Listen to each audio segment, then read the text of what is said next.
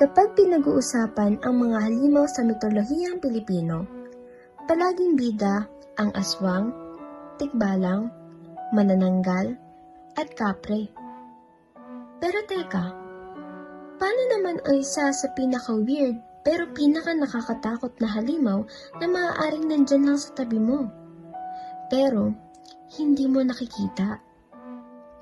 Guys, ipapakilala ko sa inyo ang sigbin. Isang nilalang na may kakaibang itsura, kakaibang galaw, at kakaibang trip sa buhay. Hindi basta-basta nangangain ng tao, kundi anino mo mismo ang kanyang ulam. Pero teka, paano nga ba ito nagsimula? At higit sa lahat, paano mo malalaman kung nasa paligid mo na siya? Ang sigbin ay isa sa pinakamisteryosong nilalang sa mitolohiyang Pilipino. Hindi ito kasing tanyag ng aswang o kapre, pero sa ilang bahagi ng Pilipinas, lalo na sa Visayas at Mindanao, sila ang tunay na kinatatakutan. Pero bakit? Ano bang kakaiba kay sigbin? Hindi mo ito basta-basta makikita kasi may kakayahan itong maging invisible. Kung may pagkakataon man na lumitaw ito, napaka-weird ng itsura niya.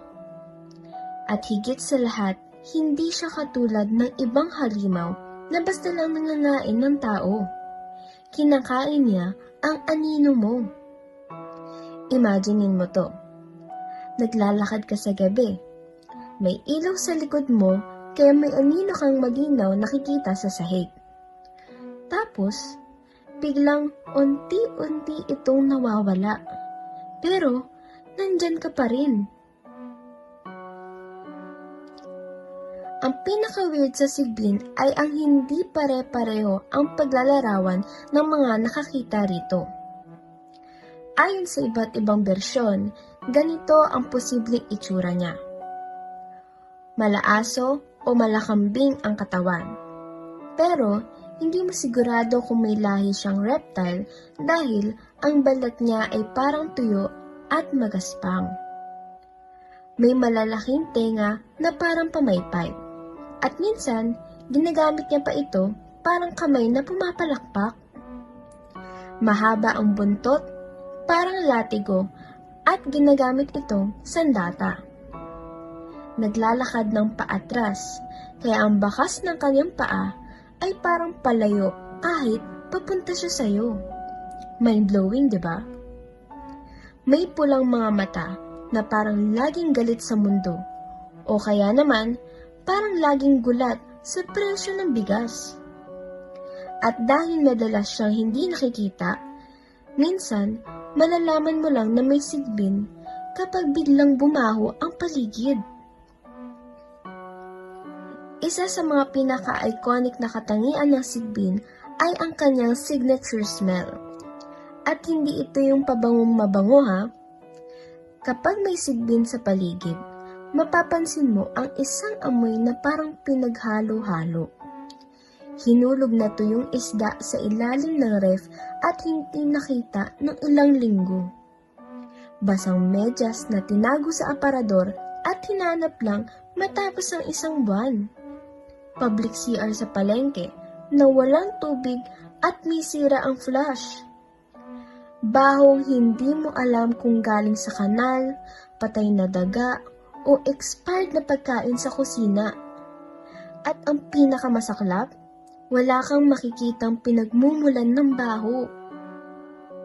Kung ang aswang ay mahilig sa lamang loob ng tao, ang sigbin naman ay may ibang klaseng food preference.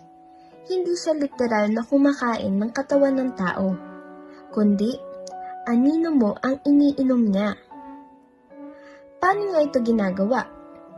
Una na rito, kailangan niyang lumapit sa biktima. Pero hindi mo mapapansin kasi nga invisible siya. Pangalawa, hihigupin niya ang enerhiya mula sa iyong anino. Pangatlo, kapag nagtagumpay siya, unti-unti kang manghihina. Pero hindi mo alam kung bakit. At ang pinakamalala, kapag naubos ang anino mo, mawawala ka na rin. May isang paniniwala na pinakaaktibo ang sigbin tuwing mahal na araw. Pero bakit? Ito ang mga dahilan kung bakit takaw biktima ang sigbin tuwing Holy Week. Una na rito, sabi ng mga matatanda, mas manipis ang harang sa pagitan ng mundo ng tao at mundo ng mga halimaw tuwing panahong ito. Pangalawa, mas madali raw para sa sigbin na lumabas at humanap ng pagkain, anino. At panghuli, may paniniwala rin na ang sigbin ay nangangain ng puso ng bata at ginagawang anting-anting. Kaya, kung Holy Week at may narinig kang kakaibang yapak sa paligid, baka hindi lang yan pusa o daga. Ito na siguro ang pinaka-nakakagulat na bahagi ng kwento ng sigbin. Hindi lang siya isang halimaw. May mga tao talaga na nag-aalaga sa kanya. Sino nga ba tong mga sigbinan? Sila ang mga pamilya na may lihim na sigbin na nakatago sa kanilang bahay. Sinasabi rin na ginagamit nila ang sigbin para makakuha ng kayamanan at kapangyarihan.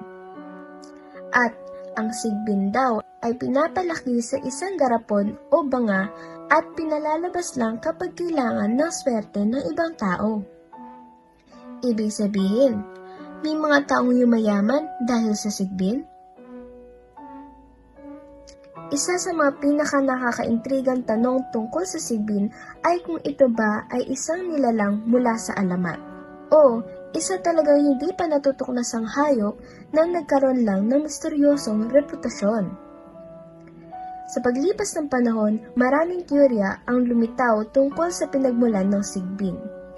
May iba na nagsasabing ito ay isang uri ng cryptid, isang hayop na sinasabing totoo pero wala pang matibay na ebidensya sa agham.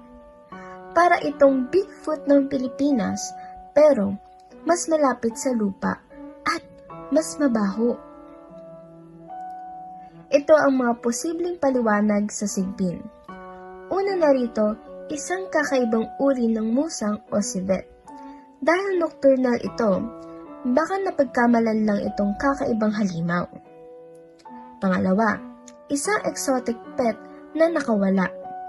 Posibleng galing ito sa ibang bansa at naging alamat ng makita ng mga sinaunang Pilipino. Pangatlo, isang prehistoric na hayop na buhay pa rin. Parang modernong dinosaur, pero mas creepy. Pang-apat, may connection sa chupacabra ng Latin America. Pareho silang misteryoso, mabaho, at mahirap makita. At panghuli, baka talagang may invisible na nilalang na kumakain ng tao. Halimaw man o hayop, mas mabuti nang mag-ingat tayo. Baka may sigbin na sa paligid. Kung natatakot ka na ngayon, kalma lang. May mga paraan para hindi ka maging susunod na biktima ng sigbin. Tandaan, hindi mo man siya nakikita, pero siya nakikita ka.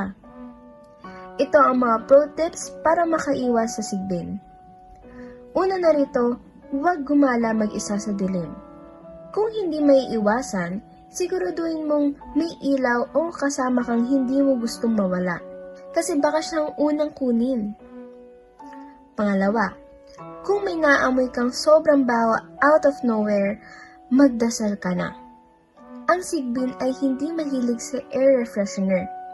Kung biglang may sumingaw na amoy na parang pinaghalo-halong panis na gatas, bulok na itlog, at hinulog na bagoong sa ilalim ng kama, tumakbo ka na.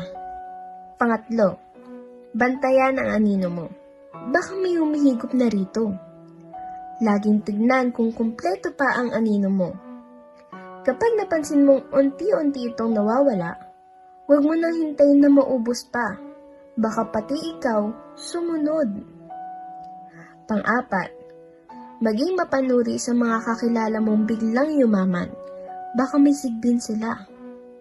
Kung may kakilala kang dating wala pang pamasahe pero ngayon may 5 kotse at biglang nagkaroon ng mansyon, baka hindi lang swerte yan.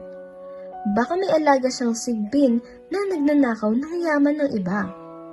Sa huli, ano nga ba ang pinakamabisang depensa? Huwag magpapahuli. Mas mabuti ng paranoid kesa sa maging next victim ng sigbin. Dito na nagtatapos ang ating pagtalakay sa alamat ng sigbin. Ikaw ba? Kung biglang may naamoy kang sobrang baho at napansing nawawala ang anino mo, anong gagawin mo? Tatakbo at magpapanggap na hindi natatakot? O baka naman mag-TikTok ka pa at i-livestream ang sigbin encounter mo? I-share mo sa comments. At kung nag-enjoy ka, huwag kalimutang mag-like, subscribe, at pindutin mo na rin ang notification bell para sa mas marami pang kwentong misteryoso at mitological. Bantayan ng anino mo, baka may humihigop na rito.